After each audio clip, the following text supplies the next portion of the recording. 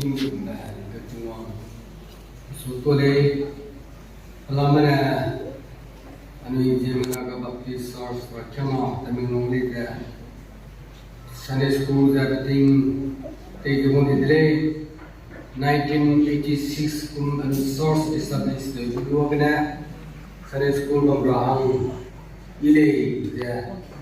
degree kum da Superintendent Railang Makui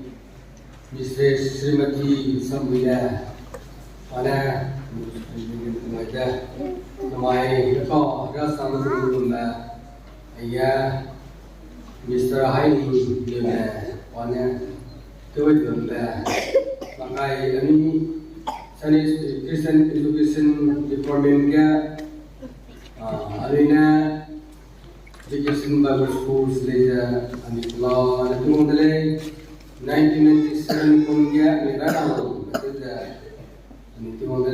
there are new silver jubilee later and Sunday school later with the day Education Bible School later. So the Bangoga Namaida Pakano Matildani Resolution Day so the Rajigina Makai Rakat juga rasam kiaba, anu itu yang gunda tu dalam ini, anu itu merang gunda, tim bimang si dalam ini, sebab siapa sang ramai, anu eating the work degna, rakang kiaba di toda. Làm gia đạo của đây dạy bằng nào gia, các hàng nào làm được đấy ra. My children ministry I graduation day ta kêu rahang kuseza anoina program rangai sa logia hasui zo gai sa anoina leja anu ning ning ke kai hang leja to sang ne zeba ani usalam pe ne leja ning to sang ne ga le zai wangai sa bunga hui pem ki ka hanam bu performance pe ga leja wangai sa bunga ka leja to sang ne zeba ga ne na kuya graduation to raga student itu kan hamala boleh kesizena raya mana ramung pama paza kutlain pama zai sebuya pama nai nanle nai kumya pa metric exam kai lo Trinity school metric exam kai lo le bisa paza na kari sa po zai poko aim in life poko rintiya pato me bisegena tingwang wong gora hang kasi bisa po aim le pa theology kan le Zena pahang leza pa secular pega lesa leza leza is a tuza harangye pa dibian tumang ranga pathology ta wanga na pahang leza kulum siga leza on play seba kuipe wang zam bikang student ba bikang hai na leza na mi where was a thing I le pa na bisna hobson pa ma paza again you pastor Nadale, pa leza metric exam kai lu le president age school gina pogo ring tingya pa te wa ne leza pa leza tingwang wong wora le pogo aim in life na theology ta ram sa pa ningai za na mule sigina pa pogo le sikate da ba zai theology ta wong ba la le leza pa na pogo commitment sa pai za leza te wong tu bring am rang ya lungai si za nomra lo sa idea ra hu ba nai option za hang na theology ta ra hang na is decision nuai za bang le si na hai na panai hang le za lu si gai za bang le panai za na hai biting na ai na Sunday school za BBS ke tu so bang za beginner na tu so ko le beginner ke me lu za mai senior ke lu za mai na mai senior ke wa za panai za mai last le BOF na ba ya pe gai da za ya panai za yang ada class na bang bi le sida za junior society ya bang zana kana hanya mai last le sidaza BOF mutang mo na za yang other class ke du na ko lai hang le za panai te zu ya kam na pating ya junior society ya bang ya is at du za wong da learning thing ya BOF Baptist Youth Fellowship si ya ta yu za ta wong na le za is at du na mai program ke le za kulum za ba le ke le za kulum si ga za le hamme za kum si hang za hari Hangaleza, Lumsiga is a complay, the Sega, Uzalam Yami, Pena, but I remember the same introduction that I made to me. Seven months, person to the Mohanga, Retilosita, Nina Zolam, the Evo Sanga, Comes in bring together, conferring and conferring and เป็นที่คุณจะนายสุกตัวแล้วไงเนี่ยรู้ตัวแบบเตะเลยสัมใจอีเตะเลยยี่ที่เราต้องแบบว่า special pastor Zeme Naga Baptist Church กูก็บอกสิ่งที่คุณจะนี่นะนี่ให้มันอาศัยกันนายสุราศีแต่เป็นที่ว่างกูการยาบJesus Christ ko honga nanay reconcile sumna ketba razigna amay matatabi teba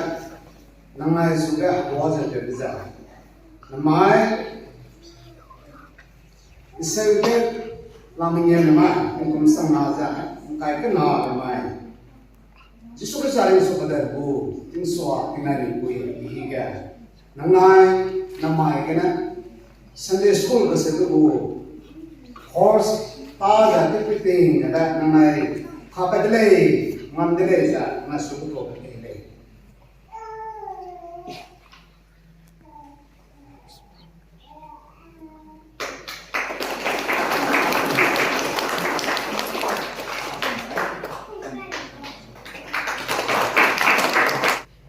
rồi xong các thầy về giải cái này reading cả thầy về cái năm này hàng nó Sunday school department thằng cái này education department thằng cái này cái đó là đi cái này shoot ra năm primary jadi junior senior saja dua itu graduation itu macam này itu single aja này kalau kami ini sudah sunat itu jadi aku beri dia penai berinting dia penai swigi bangga penai saya berarti saya terjemah belum lagi asam dia sampai lagi itu demi pro kayak satu belum kerja kesum ini kerja betul jadi berarti dan penai berinting penai tahu penai dua iba tu tahu je penai tu tahu dua lain ada dua hang je nanti gua nak suku nang sambil pun jadi peja aku kenal je penai aku komitmen lagi pun je Panai cingsu tisu ka sena singkeu za ministry good pata tai bele ni ka pija lung tu se pamra hara nang sampanai bukan dia ko ne panai doritan se pamra hai ham ge penyu di ba ting nai mi pui ngau lu ge church to the graduating student azeba panai ham ge mai raung ba zai Mr. Hobson namai ju nakane graduated Tedule, acebli kumja namai, ted ham rapiya, dekote ramai, aceben namai hangat church, pege gule. Church to the graduating student, JNBC Tamenglong 2022. Namai ina kohungma, agu Sunday school student, JNBC Tamenglong. Namai hamte nadage, Krista Jesu Krista zina salam pege gule. Jai namai Sunday school. That woman look at Carter got the me chima Ting even my ting shab my chima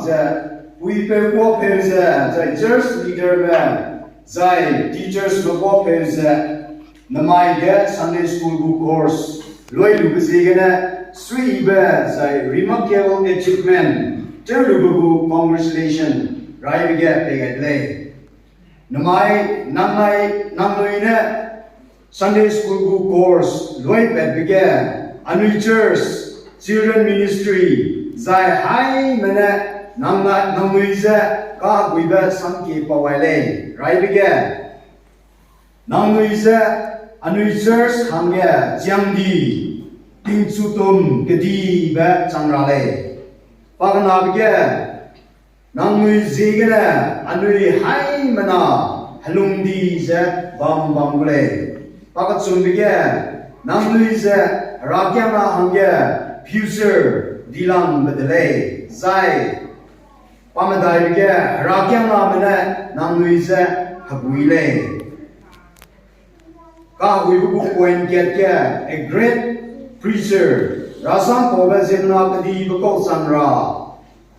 A great missionary, rata teba zimna kadi bakau sanra. A great theologian, Rasam chika mibe kadiba ko sanra Zai pastor evangelist gospel singer Zai church leader Changrale, Isa, Abu Rakana, Makai Nanai Society, God, we the Sampe, Lay. Naviga, Zai Arasang in a Rambulu Gumza, Namagina saves,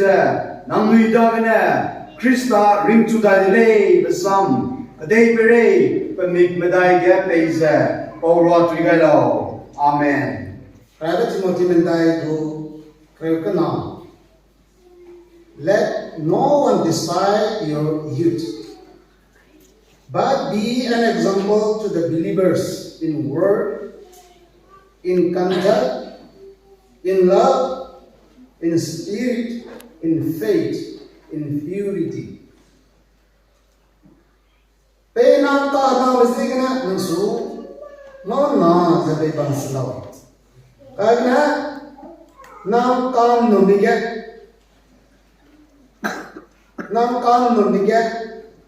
nang samga,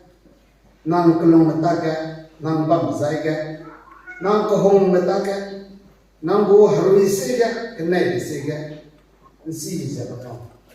Asa na school teacher teacher na, aja medado nsiba kato bepele. Nang nina apo tada tawaluma, nang nina phe peleza, ay ko mabuta teleza, pasok za. Harasamga pesu beza pen to beza pen nigrat pakata zana ani raken nama aya tawam bizna ani tirsira pide ewang samapne. Not being taught well by my Sunday school teachers. I may be a married Christian. I may be a married Christian who happen to be been born in a Christian family. However, through the guidance of my teachers, here who always witness the existence of Christ, I am able to remind myself of my purpose on earth and His unending grace. Ever since I was still too young to analyze things, I was taught the first scriptures on the Bible. Now all these kind of moments, one the greatest memory I made in Sunday school, through which I always acknowledge the love of God. Last but not the least, I would like to give that credit to my teachers and my loving teachers for guiding me to grow in the love of God. May God bless you all. Thank you. Railang began to conduct the Jesus Christ to the lake, Pakana began, I get the advice from the children ministry, Bona and Kia blog, children ministry go and board chairman, Mangzai, I get board members from Mangzai, I guess in the school teachers from no high corporation package and the program they won't have the Takura May that you won't log at. But the United gave us a television that live by Mangzai, and the program will eat a ham to let TV and get, but in the television thing they went as children ministry, JNBC, doing both legit Sunday, and they go board chairman, I get Bazirangza, and Talang. Nema pana ku kangana and ku ministry the ite tikelu my second graduation program the ite tikelu the late sekarang idle bakana bagya church leaders man we hai manana and children ministry bona grangai sembles to program tip pugera ba lui ira ba le wong ra pana church ku administration taiba mosai church ku leaders man na te wong ra tang the I bagya punina pevai the wise and program the ite tikelu ra hangya punina Pebay bay, Daway bay, Chizan is at the Kukulay, page of the Prego, Political Ministry, page Rakan Nam Politis, and they no break running number base and along. Graduation to Rahamo, Raham Katay, Jesus meant they not let okay was on the lane. None will never, none will level based on the guys at the level to I get Nanji Kumbale, first graduation is a hum sweet to Namai, second graduation gan, we have not today to brag. Mono was a rapam yaba. Ago Sunday school teachers man we take Nago, no good effort can I come to know the late, then the Hymena so late around the delay. Fine games upon one time again, graduating students. I went to Pepperson Lane, Namai got Anna, and I go graduation program that take it after late. And then I go even on my Sunday school girl, the brigadier to the senior ka sang sang ra ang mo se nang nai mo kam kana lui I guess second graduation program se te ke le page nai re ki page ha ne nang we no page nai ri ting ko ha we nam to ba pe ka na sang nang nai ko M admission mun bi ko se page missionary ki ibe sang around ta te ke bisi tet pe pe sang se around ye te pan di sang page society mang sa anu ra ke na se ku ba sang ai lo se nai de le